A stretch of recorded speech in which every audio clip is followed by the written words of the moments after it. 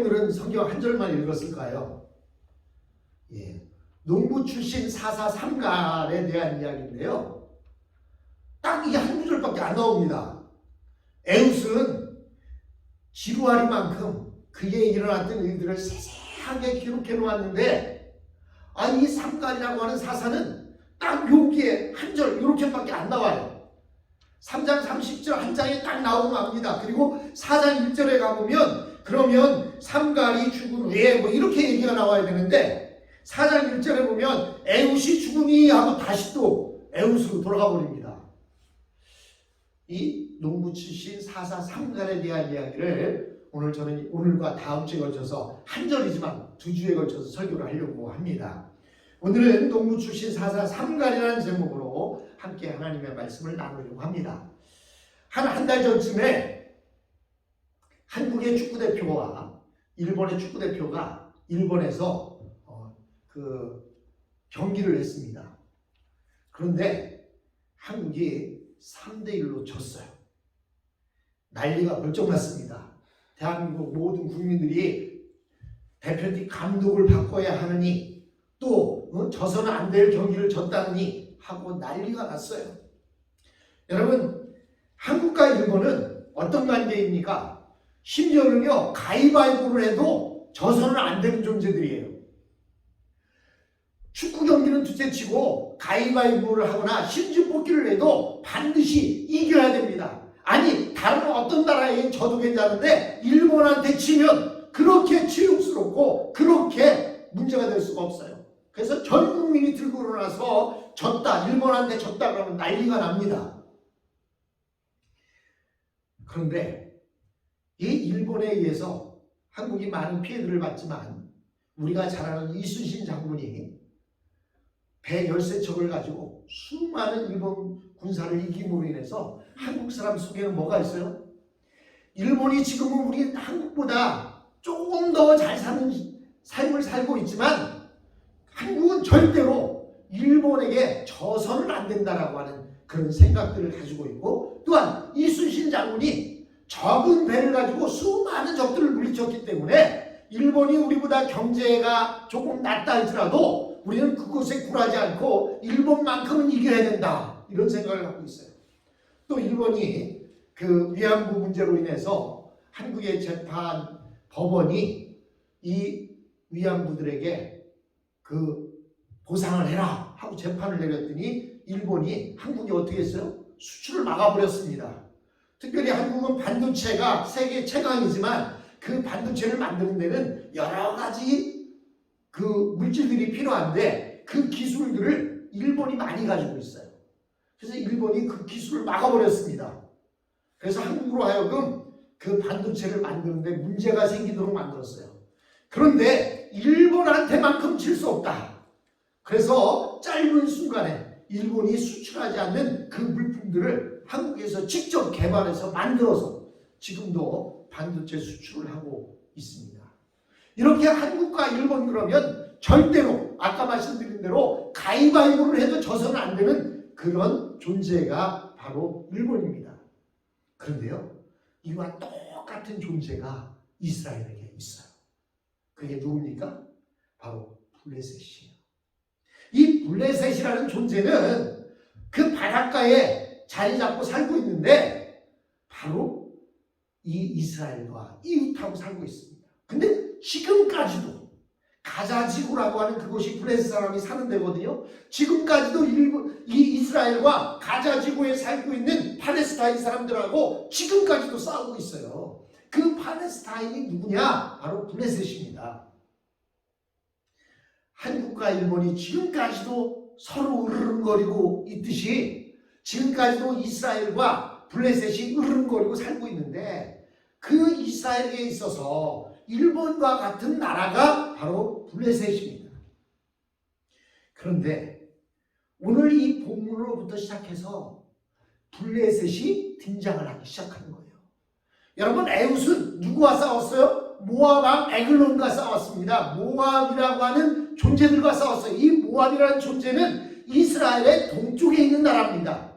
즉 요단강 동쪽에 있는 나라들인데, 이제부터 오늘 본문이 시작되고 있는 이 사사 창세기 3장 31절부터 이스라엘의 서쪽에 바닷가에 있는 블레셋과 으르렁거리는 상태가 되었다라고 하는 것이 바로 이 시점입니다. 그 뒤로 계속 블레셋과 전쟁이 일어납니다. 그런데 왜 그럼 오늘 본문에 이렇게 짤막한 구절이지만 이 사사삼갈에 대한 이야기가 나오고 있을까? 우리는 그것에 유념해야 합니다. 우리 한국이 일본들이 그렇게 쳐들어와도 우리는 일본 사람들을 외놈이라고 부릅니다. 쪽발이라고 부릅니다. 왜 그래요? 물론 일본 사람들이요, 우리 시대 때에는 키가 우리보다 더 큽니다. 근데 지금 시대는 역전이 돼서 지금 젊은이들은요, 한국 사람들이 일본 사람들보다 평균 10cm는 더 커요. 중국 사람들보다 한국 사람들이 더 큽니다. 근데 옛날에는요, 외놈들이 작았어요. 그리고 그냥 무슨 도적대들처럼 농사 짓고 있으면 바다를 들어와서 바닷가에 농사 짓는 사람들을 훔쳐가고 그랬습니다. 그런데 이 외놈이라고 이야기할 수 있고 쪽발이라고 얘기할 수 있었던 것은 바로 이순신 장군이 있었기 때문이에요. 아무리 키가 작더라고 하더라도, 아무리 도적대 같다 하더라도 그들이 기운 세고 힘 세고 한국이 한 번도 싸워서 이겨본 적이 없다고 한다면 두려워할 텐데, 이순신 장군이 남은 배 13척을 가지고 400여 척의 군대를 무찔름으로 인해서 그 뒤로는 일본이 아무리 우리보다 강하다 할지라도 우리는 이길 수 있어 라는 자신감을 가졌듯이, 이 자신감을 갖게 해준 것이 어디냐? 바로 이 본문입니다. 농부였던 삼갈이 농사 짓다 말고 막대기 하나를 가지고, 농기구 하나를 가지고 블레셋인 600명을 쳐 죽였다. 이순신 장군이 13척 남은 배를 가지고 400여 척의 배를 무찔렀다. 그것이 우리에게 자부심이 되고, 그래서 어떤 일본 사람들이 우리보다 뭔가 더 높은 지위에 있고 잘한다 할지라도 니네 정도야. 우리 조상 이순신 장군이 배 13척 가지고도 400척을 물리쳤는데 니네들 때로 몰려와봐. 겁날 거 하나도 없어. 마찬가지로 이 본문에서 블레셋은 농사 짓던 농사꾼인 삼갈이 농사 짓다 말고 막대기 하나 가지고도 600명을 물리쳤는데 니네들은 별거 없어. 그런 자부심을 갖게 하는 본문이 바로 이 본문입니다. 그렇다고 해서 이스라엘 사람들이 이 자부심은 있었지만 거의 대부분은 블레셋에 고통받고 삽니다. 여러분 항상 보세요. 이 대제한 시절에는 어떻게 했습니까? 블레셋과 전쟁한다고 해서 그 아들들이 심지어는 하나님의 궤, 언약궤를 가지고 나갔음에도 불구하고 블레셋과의 전쟁에서 집니다. 지기만 했습니까? 그것으로 인해서 성전이 있던 그곳이 성전이 허물어지기도 했습니다. 그리고 하나님의 언약궤를 뺏기기도 했습니다. 결국 언제 승리를 맛봅니까? 여러분, 사울왕 때는 어떻게 했어요? 블레셋과 전쟁에 나갔다가 사울왕만 죽은 것이 아니라 그의 아들까지도 또 모조리 다 죽고 말았어요. 그런데 다윗 시대에 와서 결국 이기게 됩니다. 다윗이 누구와 싸워서 이겨요? 골리앗을 잡음으로 인해서 그 뒤부터 이 블레셋이라는 나라는 다윗 때부터 조그만 나라로 이렇게 변화되었지, 그 전까지는 블레셋에 의해서 고통을 받습니다.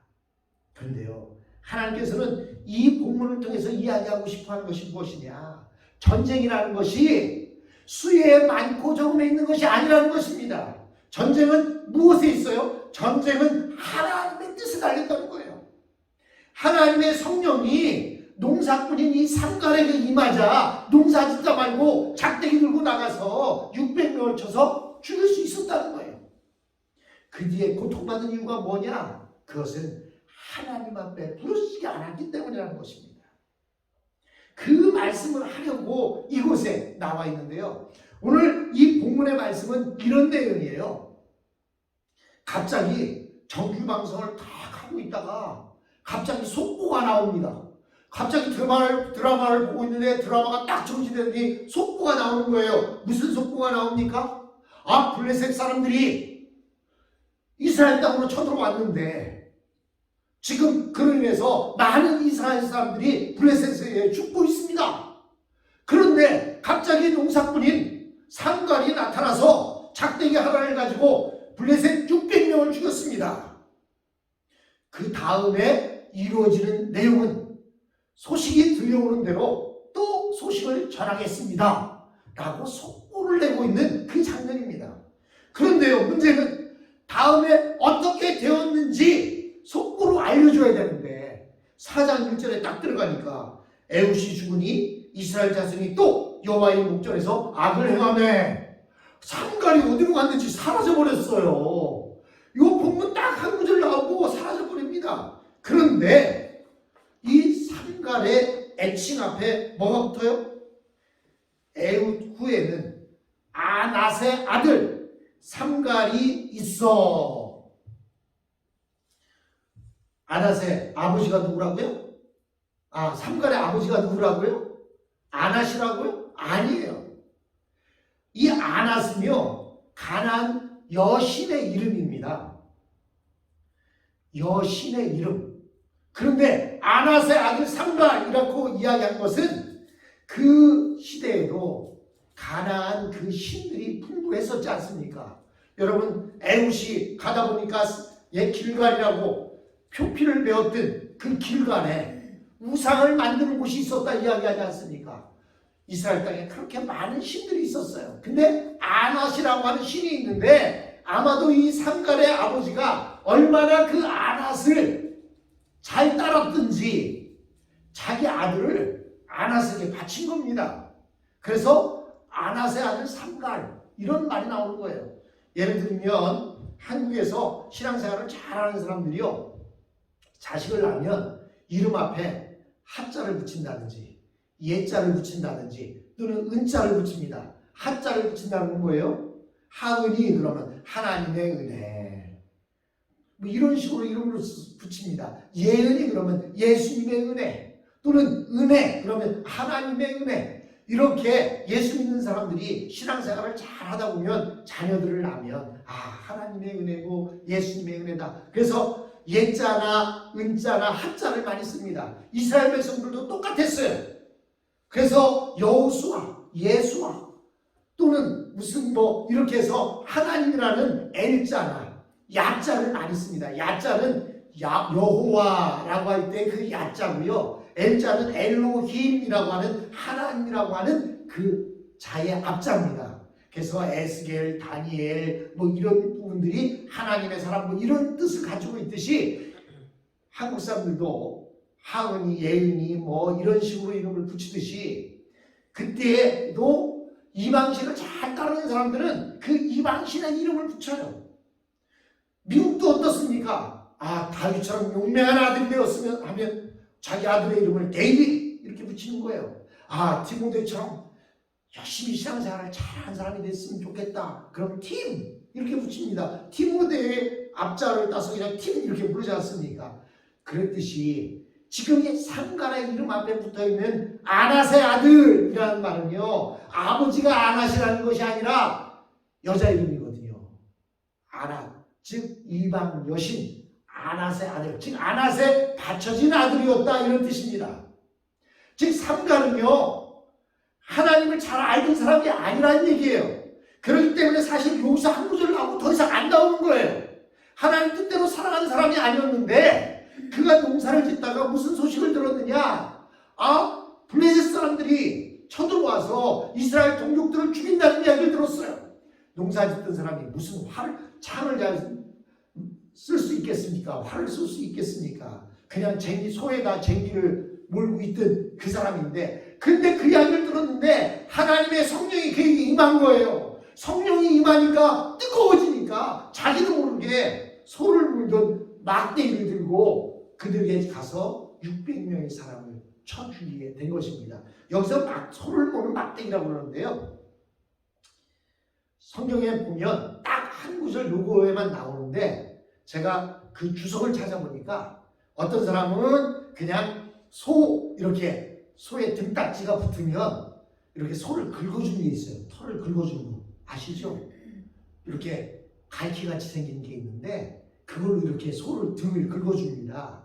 그거라고 말하는 사람이 있고요. 한 종류의 사람은 소를 무는 쟁기 종류다라고 말하는 사람이 있는데 많은 학자들은 소를 무는 쟁기 종류였을 것이다 이렇게 이야기합니다. 어찌하든 소를 물던 농기계를 가지고 달려가서 600명을 쳐 죽이게 되었던 것입니다. 그래서 이스라엘 백성들을 위기에서 건졌어요.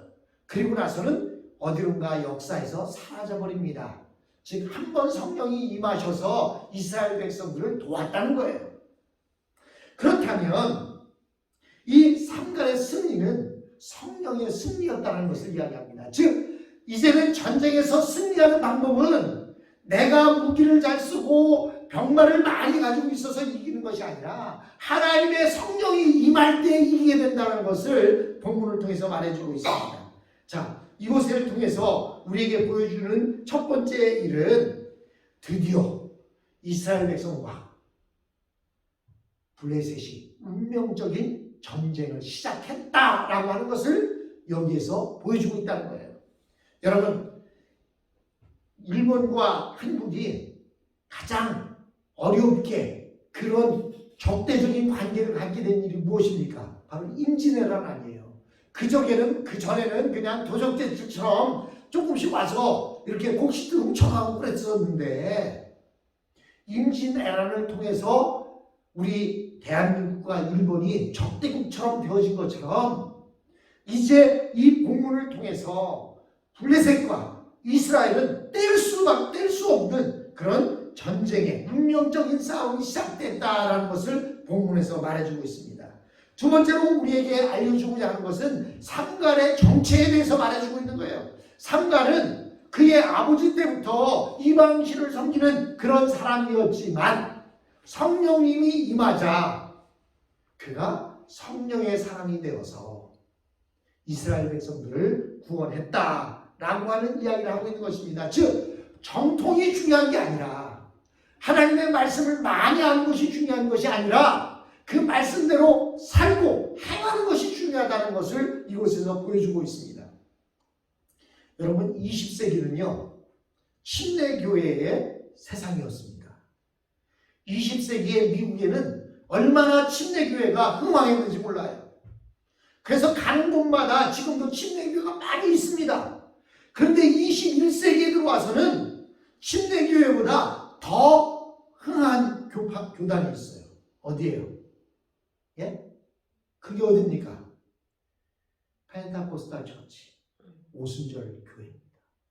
오순절 교회가 21세기에는요, 지금 보면 큰 교회들이라고 하는 교회들은요, 오순절 교파의 교회예요. 물론 침례교회도 여전히 큰 교회들이 많이 있습니다만 침례교회가 옛날에 20세기에 그렇게 부흥했던 그 부흥을 이루지 못하고 있는 사이에 오순절 교단이 부흥하고 있어요. 여러분, 이 지역도 보십시오. 어떤 교단이 커요? 물론 큰 교회들이 침례교회가 큽니다. 그러나 으쌰으쌰 열심히 신앙생활하고 뭔가 모르게 뜨겁게 신앙생활하는 사람들이 누구예요? 오순절 교단 아닙니까? 침례교단은 오직 성경으로 또 개인 구원 이런 문제를 놓고 기도하면서 열심히 말씀을 배웠어요. 그런데 해가 갈수록 머리는 커지는데 행함이 없는 거예요. 성령의 뜨거움이 없는 거예요. 그런데 오순절 교단은 어떻습니까? 성령의 뜨거움만 있었는데 그곳에 하나님의 말씀이 입혀지니까 강해지는 겁니다. 여러분, 본문을 통해서 삼가를 통해서 보여주자 하는 것은 말씀을 많이 아는 것이 중요한 게 아니라 말씀대로 행하는 게 중요하다.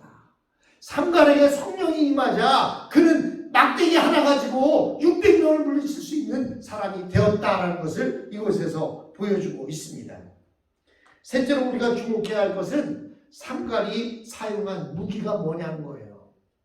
이스라엘 사람들은요, 소를 많이 키우는 사람들이 아닙니다. 그들은 양이나 염소를 키우는 사람들이에요. 양이나 염소는 달리기를 잘 못합니다. 그렇기 때문에 몰고 다니면서 개 한 마리나 염소 한 마리 정도만 있으면 충분히 그 많은 양떼들을 데리고 다닐 수 있는데 소는 어때요? 소는요 달리기를 꽤 잘합니다. 그렇기 때문에 소를 여러 마리를 키우려면요 말이 있어야 돼요. 말을 타고 소를 몰아야 됩니다. 그래서 여러분 황야의 무법자나 이런 데 보면 소떼들을 뭐가 몰고 다녀요? 말 타고 다 올개미 들고 다니면서 막 칙칙하면서 소를 모는 이유가 그거예요. 왜? 소는 양보다 더 잘 달리기 때문에. 근데 여러분 이 소모는 막대기를 가지고 블레셋 사람 600명을 죽였다? 그것은요 우리 예수 그리스도를 믿는 사람들에게 최고의 무기는 성령님이라는 거예요. 다른 무기가 중요한 게 아니라는 거예요. 막대기는 어떻고 마른 당나귀 텅뼈 같으면 어떻습니까? 그게 중요한 것이 아니라 성령님만 임하시면 어떤 무기가 있든 이길 수 있다는 거예요. 제 친구 가운데 육군사관학교를 나와서 대령으로 예편한 친구가 있어요. 근데 이 친구가 검도를 배웠어요. 검도를 배우는데 검도를 배우면 목검을 가지고 이렇게 훈련을 하잖아요.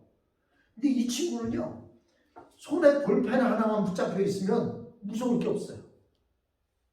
왜? 길고 짧은 거 차이밖에 없다는 거예요. 우리는 이 볼펜 하나가 무슨 힘이 되겠습니까? 근데 그 친구는요 손에 이런 볼펜 하나만 잡혀 있어도 자기에게는 이게 검과 같다는 거예요. 왜? 자기는 길고 짧건 간에 상관없이 사용하는 법을 아니까. 삼가락에 있어서 하나님의 성령이 임하니까요 그것이 막대기가 됐든 쟁기가 됐든 무슨 쇠사랑이 됐든 전혀 상관없다는 거예요. 여러분 우리에게 있어서 가장 강력한 무기는 바로 성령님입니다. 성령님에게 붙들려 있으면 우리는 우리 앞에 어떤 무엇이 온다 할지라도 전혀 문제될 게 없어요.